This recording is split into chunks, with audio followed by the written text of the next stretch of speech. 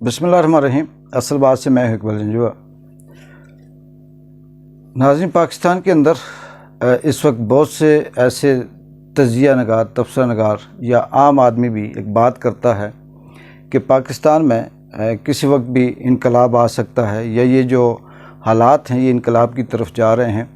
कभी कोई फ़्रांस की मिसाल देता है कि फ़्रांस में कैसे इनकलाब आया था, या 1857 की जो बगावत थी उसकी बात करता है, ईरान के इनकलाब की बात करता है। तो मेरे ज़हन में ये एक बात आई है कि जब मैंने ये सारे हालात देखता हूँ, सुनता हूँ, तो फिर मैंने स्टडी की बहुत से ऐसे इनकलाब की कि जिन जिन मुल्कों में इनकलाब आया तो वहाँ की सूरत हाल क्या थी या वहाँ का DNA क्या था। तो मुझे एक बात समझ आई कि ये जो बर्र सगीर है इसका जो DNA है, इस DNA के अंदर एक ही चीज़ है कि हज़ारों सालों से ये जो बर्र सगीर की कौम है जिसके अंदर हम खुद शामिल हैं, ये ग़ुलाम कौम है। इसके अंदर इनकलाब का DNA नहीं है। इसके अंदर जो जज्बा है लड़ाई का, जंग का, जहाद का, या जिसे कहते हैं कि अपना हक़ छीन कर लेने का, ये जज्बा इस कौम के अंदर नहीं है।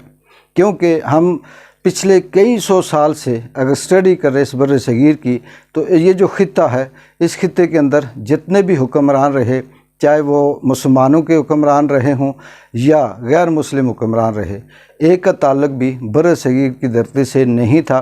कोई अरब से आता रहा, कोई काबल से आता रहा, कोई तुर्की यूरोप से आता रहा, और वो आके यहाँ पर हुकूमत भी करते रहे और इस ख़ित्ते से इंजॉय भी करते रहे।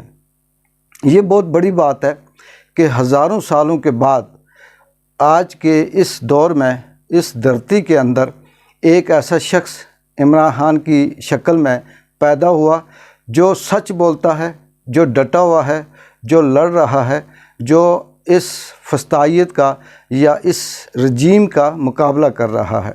चाहे वो किसी शक्ल व सूरत में हो, वो सबके सामने है। माजी के अंदर भी अगर हम देखें तो अगर 75 साल का जो पाकिस्तान की धरती है, इसके अंदर जो हुक्मरान रहे हैं, अगर हम उन्हीं का मुताला करें तो उससे हमें ये मिलता है कि जितने भी हुक्मरान आए वो बिकने वाले आए, वो समझौता करने वाले आए, वो कंप्रोमाइज़ करने वाले आए।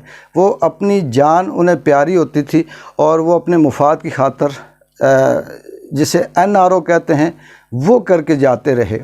वो जितने भी हुक्मरान आए वो यही कहते रहे, एक भुट्टो को छोड़कर जिसने फांसी के तख्ते पर चढ़ गया, जिसने कंप्रोमाइज़ नहीं किया, जो जैसे भी था, जिस तरह से भी था, उस पर बहुत से इल्ज़ामात हैं, वो बात नहीं करते। क्योंकि कोई भी शख्स कम्प्लीटली जो है वो खूबियों का मालिक नहीं होता, उसके अंदर कुछ खामियां भी होते हैं। भुट्टो डटा रहा, सौदा नहीं किया, दस्तखत नहीं माने और किसी की सिफारिश नहीं मानी। उसने कहा जी कि मैं तख्तेदार पे चढ़ जाऊंगा, लेकिन ये ग़ुलामी नहीं मानता। उसके बाद फिर इस कौम के साथ, इस मुल्क के साथ क्या होता रहा, तारीख़ इस बात की गवाह है। फिर इमरान खान, जिसे 15 महीने हो गए हैं कि वो किस तरह से इस मुल्क के अंदर जो फस्तायत है, जो जबर है, जुल्म है, अफरा तफरी है, अंधेर नगरी है, जितने भी इस इंसान की दुनिया में जो ऐसे दौर हैं, जो ऐसे अल्फाज हैं, जो ऐसे जुल्म हैं जो मुख्तलिफ़ दौर में मुख्तलिफ़ ज़ालिम हुक्मरान अपनी अपनी कौमों के साथ करते रहे, वो सारे के सारे इस वक्त एक ही टाइम में पाकिस्तान के अंदर मौजूद हैं। और उनका मुकाबला इमरान खान एक अकेला कर रहा है कि एक एक दिन में 20-20 FIR उसके ऊपर दर्ज हैं। वो अदालतों में जाता है, ज़मानतें लेता है, कभी लाहौर भागता है, कभी इस्लामाबाद आता है, कभी उसका फैसलाबाद में FIR दर्ज होती है, कभी कोटा में होती है, कभी कराची में होती है। वो सोया हुआ होता है तो सुबह उठ के पता चलता है कि 10 FIR हो गई। वो कहीं वाशरूम में जाता है तो वापस आता है तो ख़बर आती है जी कि 5 FIR कट गई। वो कहीं किसी और जगह पे कोई बात कर रहा होता है तो इत्तला आती है कि जी 10 FIR और कट गई। तो इस माशरे के अंदर इससे बड़ी फस्तायत क्या होगी। इस माशरे का जो निज़ाम है इंसाफ का या अदालत का, उसका इससे बड़ा यानी नाइंसाफ़ी का क्या मुंह बोलता सबूत होगा कि बड़ी बड़ी अदालतें खुली हुई हैं, बड़े बड़े जज बैठे हुए हैं और वो उस सब को एक्सेप्ट कर रहे हैं। एक शख्स उठता है, वो ये कहता है जी कि जाते हुए इमरान खान का जो कुत्ता गुज़रा था उसने हमारी तरफ गौर के देखा, और मुझे बाद में 3 दिन के बाद ख्याल आया कि इस कुत्ते के देखने से मैं एक शहरी हूँ और मेरी इज़्ज़त नफ्स मजरूह हो गई। उस कुत्ते का वहाँ से गुज़रने से मेरे घर वाले जो थे वो मुतासर हो गए, लिहाजा मैं इसके ऊपर FIR काटता हूँ। अदालतें उस FIR को, उस कागज़ को, उस दरख्वास्त को लेती हैं और उसके बाद एक सिलसिला शुरू हो जाता है। यही नहीं बल्कि यहाँ तक कि एक इल्ज़ाम लगाते हैं, उसका कोई सबूत नहीं मिलता तो दूसरा लगा देते हैं। यहाँ पे बात करना भी इसलिए मुश्किल हो जाता है कि अपने गिरेबान में कोई नहीं जानता। इस मुल्क के अंदर जो माजी के हुक्मरान रहे, उनके ऊपर बेशुमार ऐसी किताबें लिखी हुई हैं कि उनका किस तरह से रवैया रहा, यहाँ के जो उनकी आदत है, जिसको मैं ये नहीं कहता, जो इल्ज़ाम इमरान खान पे लगाते हैं, बाज़ार हुसन से लेके पार्लियामेंट तक की आप किताब पढ़ लें उसमें सब कुछ मिल जाएगा। जॉन एलिया की शायरी को देख लें उसमें से सब कुछ आपको मिल जाएगा। और कतील शिफाई या दीगर ये जो हबीब जालब हैं, इनकी शायरी आप पढ़ लें तो उसमें से आपको सब कुछ मिल जाएगा। किस तरह से ये औरतों को नचवाते हैं, किस तरह से ये उनको ब्लैकमेल करने के लिए अपने पास बुलाते हैं, क्या क्या ये नहीं करते। लेकिन इनको एक ये याद आता है कि इमरान खान ने निकाह कर दिया तो वो गलत हो गया, इसने कहीं और शादी कर दी तो वो गलत हो गई। ये बात मेरा कहने का मकसद ये है कि इस मुल्क के अंदर कई हज़ारों सालों के बाद अगर कोई शख्स पैदा हुआ जिसने सच बोलना सिखाया, जिसने कौम को ये बताया कि आप एक अवाम हो और आपके ऊपर ये जो हुक्मरान हैं इनकी ज़िम्मेदारियां हैं कि आपके मसाइल को हल करें, आपके दुख का दावा करें, आपकी जो इस रियासत की जो ज़िम्मेदारी है वो ये पूरी करें आपके ऊपर। जो बेसिक आपकी है, तालीम हो गई, सेहत हो गई, दीगर जो रोज़गार के मसाइल हो गए, ये इनका काम है कि बैठ के इस पे सोचना। लेकिन बजाय ये सोचने के 75 सालों से यहाँ पे एक ही डुगडुगी बजाई जाती रही कि मेरा किसी तरह से मुझे किसी तरह से अनारो मिलता रहे, मेरे जो एहसासें हैं उनमें इजाफ़ा होता रहे, मेरे आने वाली 7-8 नस्लें जो है वो अमीर होती रहें और मुझे किसी की कोई परवाह नहीं।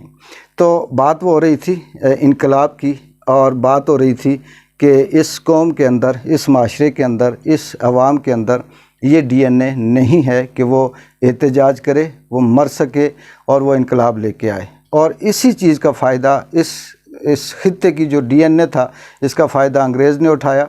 और इसका फ़ायदा फिर जो अरब से हुक्मरान सिपा सलार आते रहे, जो काबल से आते रहे, जो यूरोप के दूसरे मालिक से आते रहे, वो यही तजिया करते रहे, यही ज़हन पढ़ते रहे और फिर वो हमला करते रहे।